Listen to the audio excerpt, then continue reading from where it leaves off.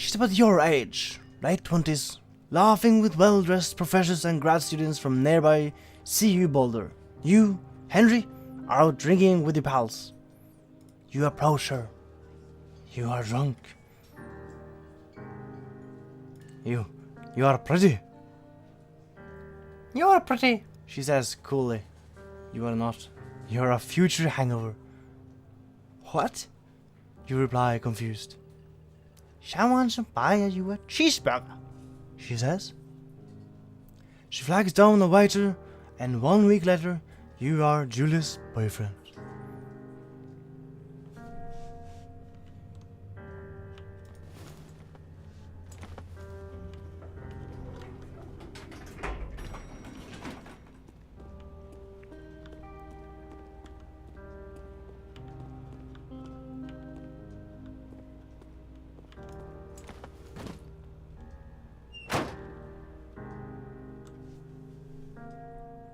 You date for over a year.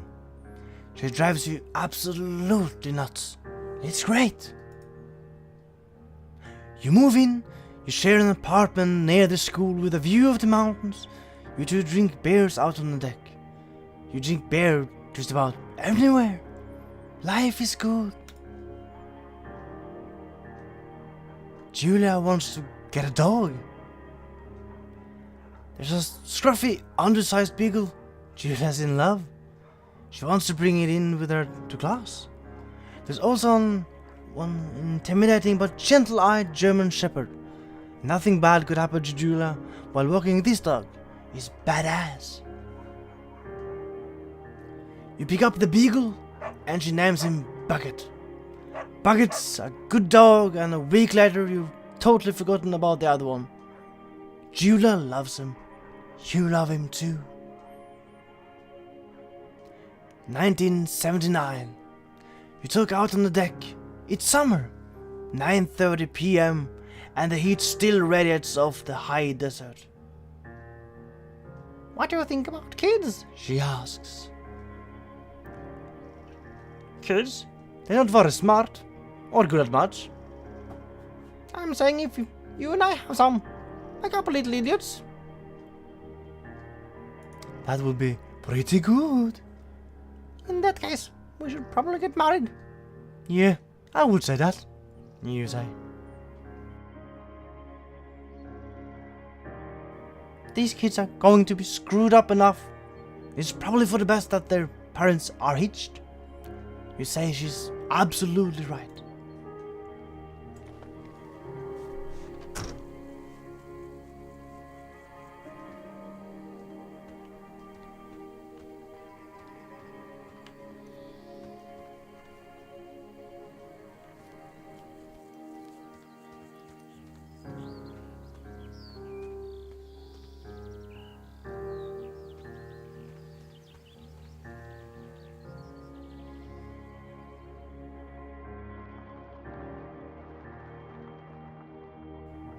"1980. It's a Thursday night and Julia is 4 hours late. She doesn't call. You're worried and getting angrier by the minute. She walks in after you've gone to bed. She's not quite drunk, but she's clearly been having a fun time. You fight when she gets between the sheets. You ignore her. You don't touch each other all night. The next day you feel guilty for being so angry and ask about her evening. She says it was great. You hold on to a tiny pill of resentment. You make some coffee and go to work. 1991. Julia still likes to draw. She draws plants from her research. She draws all the places you go. She draws you. You frolic like a Victoria's Secret model. Julia was right. You're very pretty.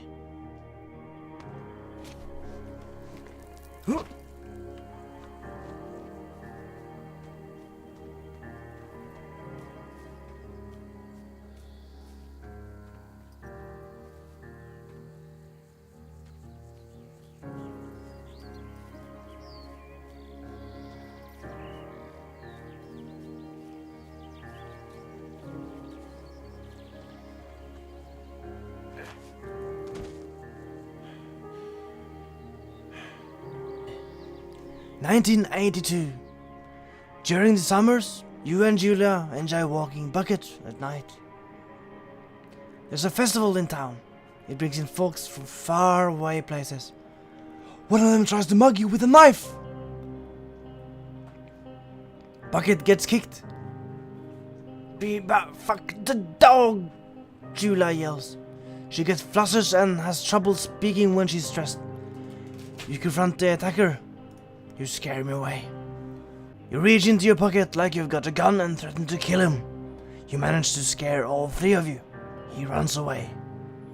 Julia asks to take a different path from that day forward. You say okay. You don't want to go that way either. From then on, you walk by the river. 1984. Plans to have kids get waylaid by work. Julia gets offered a job at Yale. Yale is in Connecticut, 2,000 miles away. It's a great job, associate department chair. She wants to move. You absolutely do not. Convince her not to take the job. You tell her that this means you two won't have a family. She says that's bullshit. She's totally right. She asks if her taking the job means you won't come with her. You say yes. Again, bullshit. But she decides not to take it. 1985. Julia's asked to leave Boulder on paid leave after having an episode. She lost it on a colleague for borrowing books that were important to her research. She didn't remember she had happily loaned them to him just 2 days prior. She was found crying in the stairwell. You said that maybe you guys should talk to someone about it. After seeing multiple doctors and having many tests, they're worried that Julia might be suffering from early onset dementia. She's 41. You both decide to keep it a secret for now.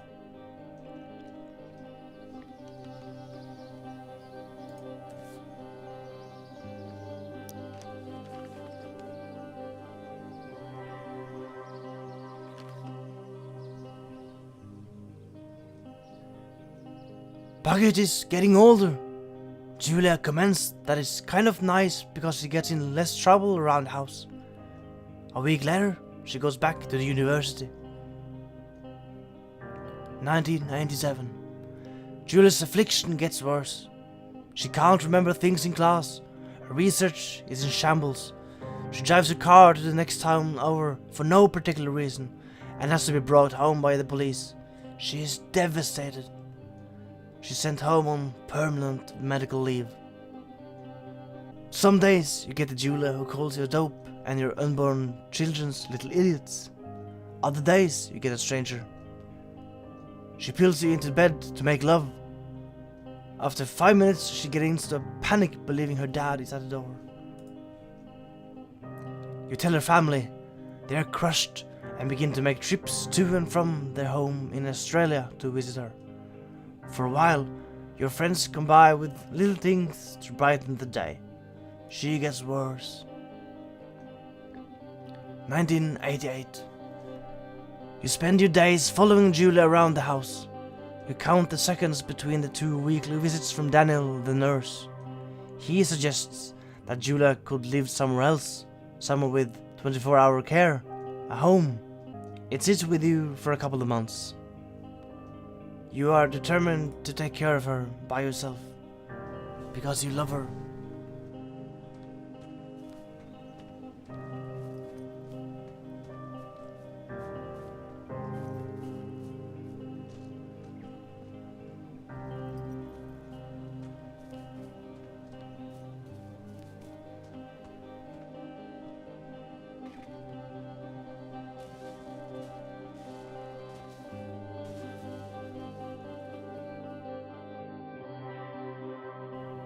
It is impossibly hard. The worst is when you get mad at her, like when she tries to cook her own food. You can't do anything without her, and she can't do anything without you. When she goes to sleep, you stay up for a few hours, drinking on the deck, Watching baseball in the summer, college basketball in the winter, drinking then too. You start going out after you put her to bed. The first time you do it, you worry about her getting up and walking around while you're gone. You trust that she sleeps like a rock. You go to the same bar at the boring end of Pearl Street. It's nice there. Over time you tell Sheila, the bartender, everything. It's a huge weight off. You're home and in bed by 1 AM a couple of nights a week. You look forward to those nights. 1999. One night you are stopped at a DUI checkpoint. You blow a .10 and are taken to jail for the night. You consider trying to hide it, but you tell your sister-in-law, Susan. Julia's parents take the next plane from Australia. They can't believe the state your house is in. Then they tell you Julia's coming to live with them. You don't argue. You say you'll visit soon. A few weeks go by. Summer is coming and you see an ad in the paper for a job. You take it.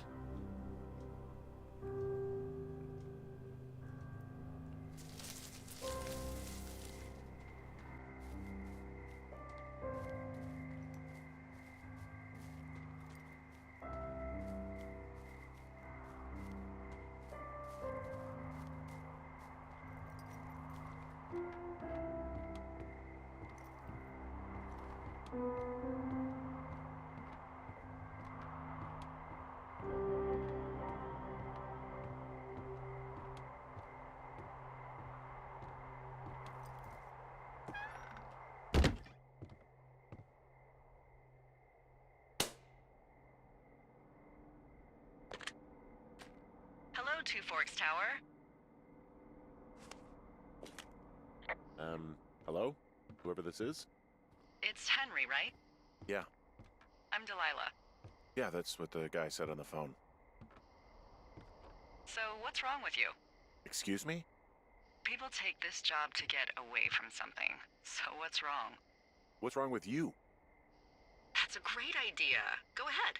Look, I just hiked for 2 days, so I don't really follow whatever it is you're doing right now. You take a stab at what's wrong with me. Fine, then can I sleep forever? Sure, buddy. Okay, now go ahead. Okay, you're probably out here because nobody back home can stand you. Which, after this brief introduction, is not a big shock. Ouch. I'll chalk that up to you being tired and grumpy. Well, I'd better get some sleep then. One sec. Now it's my turn. Okay, good night, bye. Let's see.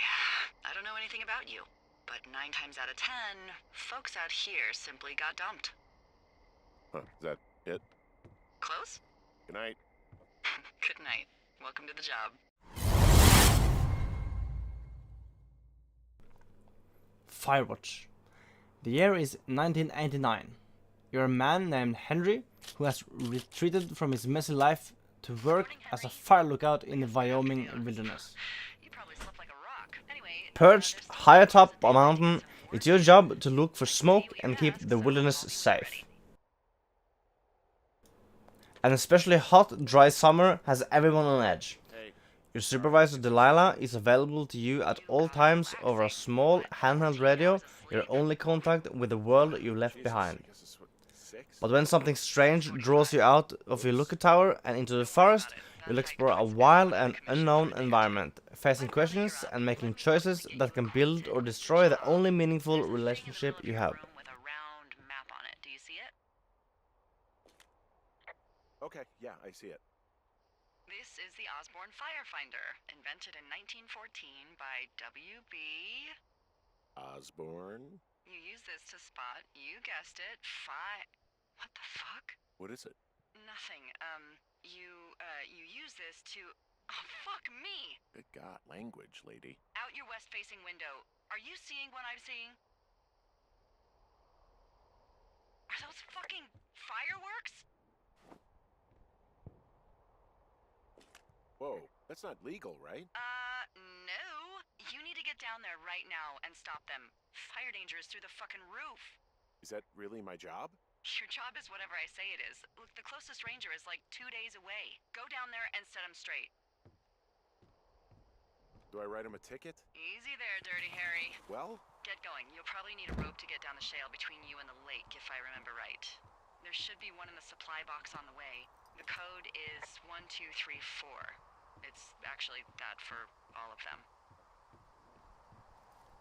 smart. Shut up. The game itself is, as you can see, very gorgeous. It's an explore/story-driven hiking simulator that has one of the best dialogues I've encountered in a game ever.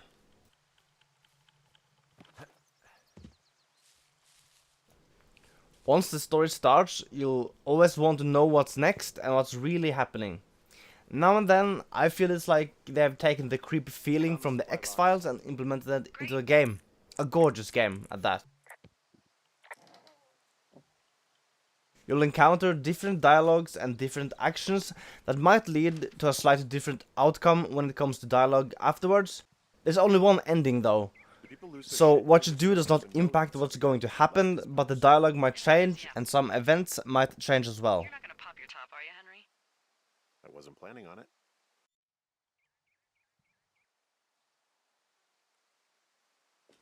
People just stuff these things with old food? That's how you get bears. Those boxes are bear-proof. I wouldn't worry about This it. wonderful creation of a game will keep you on your toes for at least 2 to 4 hours. So if you got around $16 to spend and you want a good solid game with a very good plot, story and some of the best dialogue that's out there, then I will suggest you try it right away. The only thing I was a bit disappointed with was the ending. I felt it suddenly stopped, but that does not stop my recommendation at all, since it's one of the most memorable game experiences I had in many years.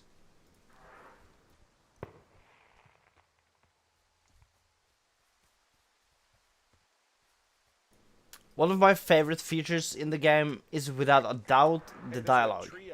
When you speak to Delilah, you will always feel like she's actually talking to you, and it's very witty, clever and enjoyable dialogue through the whole game. Usually I try to find more flaws in the game, but so far I have not seen any except a few graphic bugs, getting stuck somewhere along the line, and the ending, which is intended obviously and not a bug, but it's still a big flaw in my opinion, since I would like to see it be a bigger and more meaningful ending. But that's most likely the X-Files fanatic in me, because I love conspiracy theories and the truth is out there. Yeah, well, I'd go with Widowmaker. Come on, it's really not that bad. It's a 50-foot cliff made of rocks that look like knives. They just look like knives, okay? Plus, there's already a widow. No, no, no! Oh.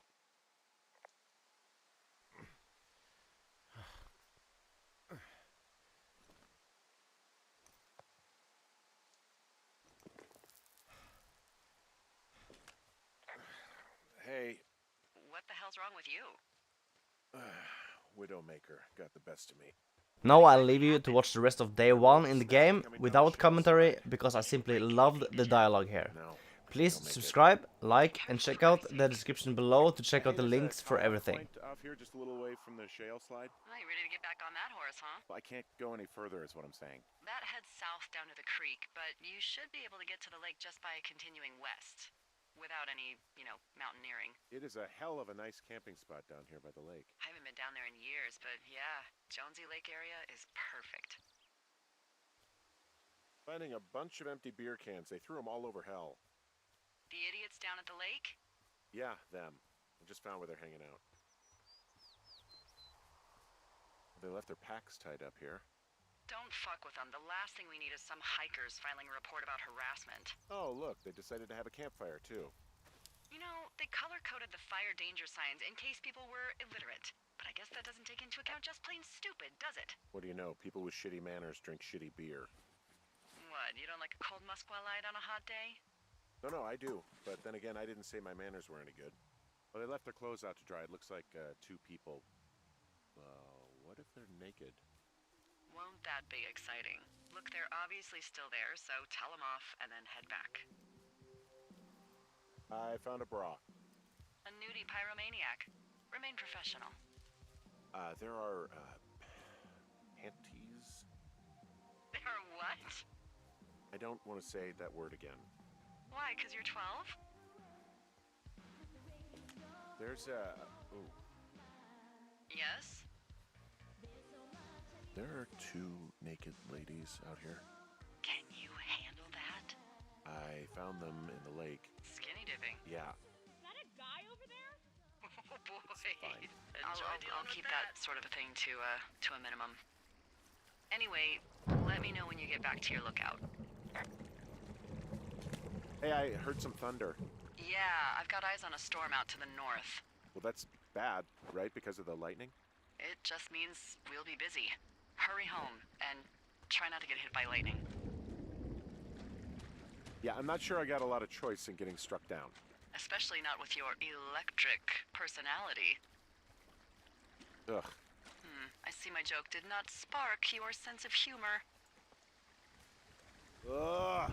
What, you're not enjoying our current conversation? Oh my god, lady! The arc of our budding friendship.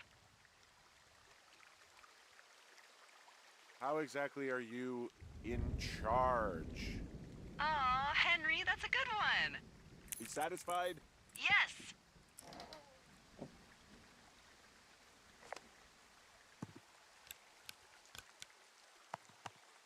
Ah!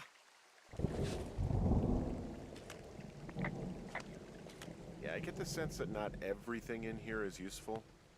In the boxes? Why's that? I don't really know what I'll do with the deer horn. Firstly, they're called antlers, and secondly, stay out here long enough and you'll get creative.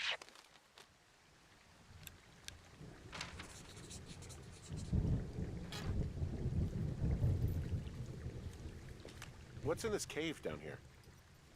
In Thunder Canyon? Thunder Canyon? Hey, I didn't name it. But in the cave, I don't know, rocks. NFS tells people not to go too far in there. It's pretty dangerous. Hello? I bless the rains down in Africa! Ooh!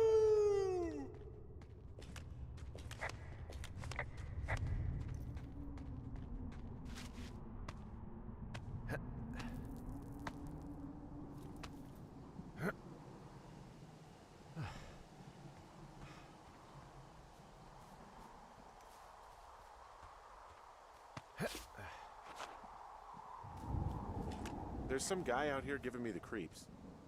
The creeps? Wait, he's looking at you? Is he doing anything else? I don't think so. Henry, there's something someone should have told you about this area. What is it? It's outside. Come on. The whole thing. And people come and go as they please. It's madness. Yeah, okay, I get it. Look, bumping into someone in the middle of nowhere is part of the fun.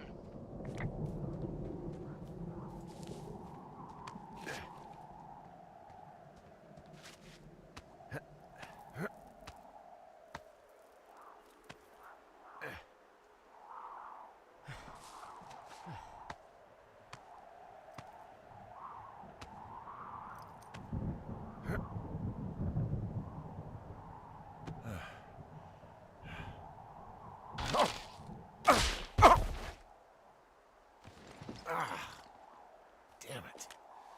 Well, that trail isn't closed anymore. Oh, really?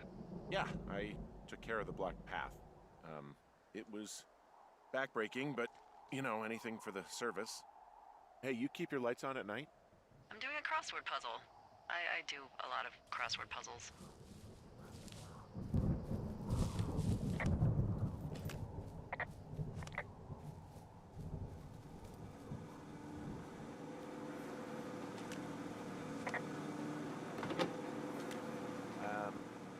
So it's, just the outhouse, then, in terms of going to the bathroom? You're a man, Henry. You can go wherever you want. Well, number one at least. And, full disclosure, I pee wherever I want as well.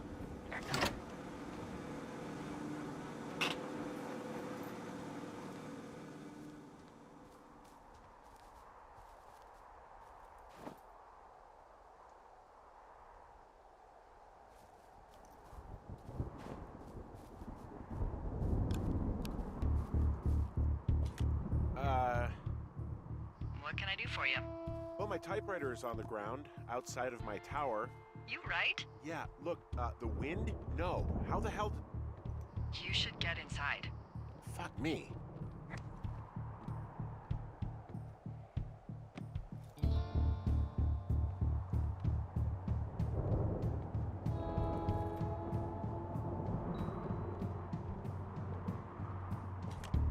Someone broke in. Hey, what? They wrecked the place. Threw my typewriter out the window. Motherfucker. Holy shit. I'll let the Forest Service know what happened.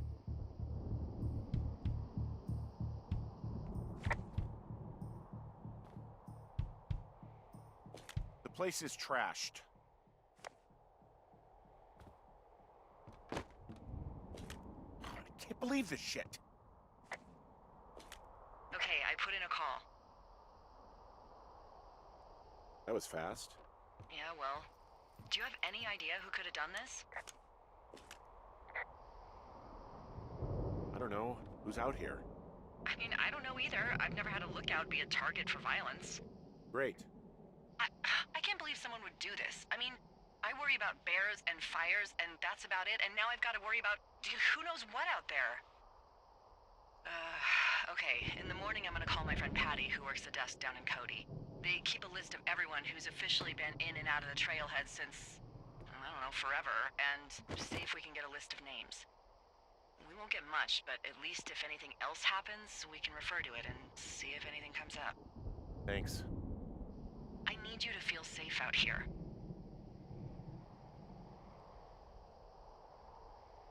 Don't worry about it. Oh, you can protect yourself, huh? I just don't worry about it. Perfect. Keep that attitude up and you'll have an excellent summer.